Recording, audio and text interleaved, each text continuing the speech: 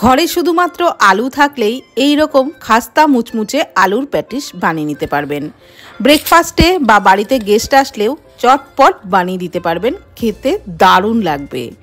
এই রেসিপির জন্য একটা বোলের মধ্যে নিয়ে নিচ্ছি 1 বাটি ময়দা, পরিমাণ মতো লবণ দিয়ে দিলাম, দিয়ে দিচ্ছি 3 টেবিল চামচ ঘি।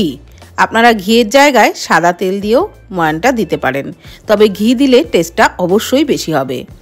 আর তারপর সমস্ত কিছু খুব ভালো করে ময়দার সাথে মিশিয়ে নিচ্ছি। মিশিয়ে নেওয়া হয়ে গেলে এইভাবে একটু মুঠি করে দেখে নিতে হবে। মুঠি মতো হয়ে গেলেই বুঝতে পারবেন ময়ানটা একদম পারফেক্ট। আর যদি না হয় তাহলে আরও একটু তেল বা ঘি দিয়ে নিতে হবে। তারপর অল্প অল্প জল দিয়ে ডোটা মেখে নিচ্ছি। আর নর্মাল লুচি পাউটার জন্য যেরকম আমরা ডো মাখি তার থেকে একটু শক্ত করে এই ডোটা মাখতে হবে। ডোটা মেখে নেওয়া হয়ে গেলে 10 থেকে 15 মিনিটের জন্য রেস্টে রাখবো। আর ততক্ষণে পুরটা বানিয়ে নিচ্ছি। তার জন্য কড়াইয়ে 4 টেবিল চামচ সাদা তেলের মধ্যে দিয়ে দিলাম 1/2 চামচ গোটা জিরে, আর দিয়ে দিলাম গ্রেট করা আদা আর কাঁচা লঙ্কা। এখানে 2টো কাঁচা লঙ্কা আর 1/2 ইঞ্চ আদা গ্রেট করে দিয়েছি।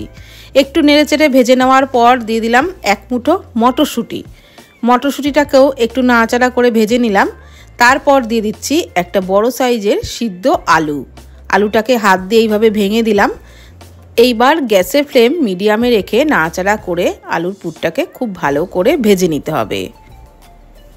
খুব ভালো করে 1 মিনিট মতো ভেজে নিয়েছি। এইবার পরিমাণ মতো লবণ, 1/2 চামচ করে ধনে গুঁড়ো, হলুদ গুঁড়ো আর 1/2 চামচেরও কম দিলাম লঙ্কার গুঁড়ো, আর একটু চাট মশলা দিয়ে দিলাম 1/2 চামচ মতো, আর সামান্য দিয়ে দিলাম গরম মশলার গুঁড়ো। সমস্ত মশলা দিয়ে আলুর পুরটাকে নাড়াচাড়া করে খুব ভালো করে ভেজে নিচ্ছি। সমস্ত কিছু ভালো করে মিশিয়ে একটু ভাজা ভাজা করে নিলেই প্যাটিসের জন্য আলুর পুরটা কিন্তু একদমই রেডি হয়ে যাবে। আপনারা চাইলে নামানোর আগে একটু ধনেপাতা কুচিও দিতে পারেন। আমি আর দিলাম না। আলুর পুরটাকে নামিয়ে ঠান্ডা করে নিচ্ছি। ততক্ষণে যে ডোটা মেখে রেখেছিলাম সেটাও 10 মিনিট রেস্টে রাখার পর আবারও একটু মেখে নিলাম। তারপর ওর থেকে লেচি কেটে নিচ্ছি।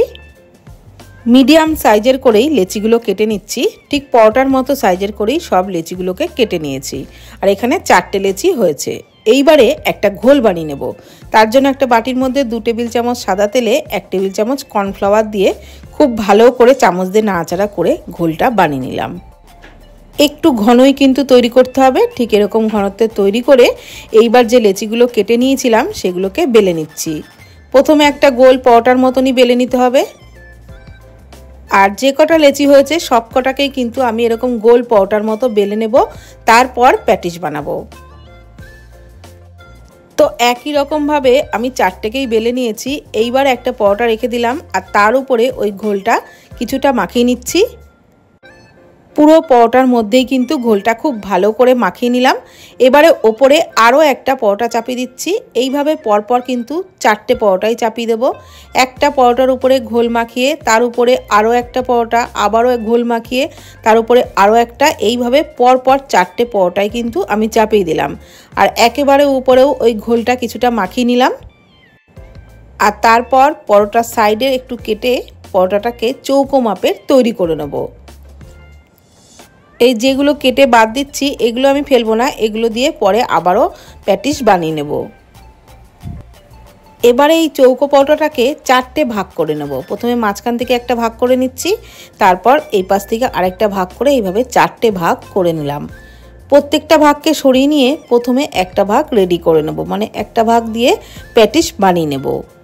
তো এটা কিন্তু একটু বেলে নিচ্ছি হালকা করে, খুব বেশি চেপে চেপে বেলার দরকার নেই, হালকা করেই বেলে নিলাম। তারপর যে পুরটা বানিয়ে রেখেছিলাম সেটা 1 টেবিল চামচ মতো মাঝখানে দিয়ে তারপর ওই পাশটা নিয়ে, মানে ওই প্রান্তটা এই প্রান্তে জুড়ে দিয়ে খুব ভালো করে কিন্তু মুড়ে দিতে হবে, যাতে কোনোভাবেই আলুর পুরটা বেরিয়ে না যায়।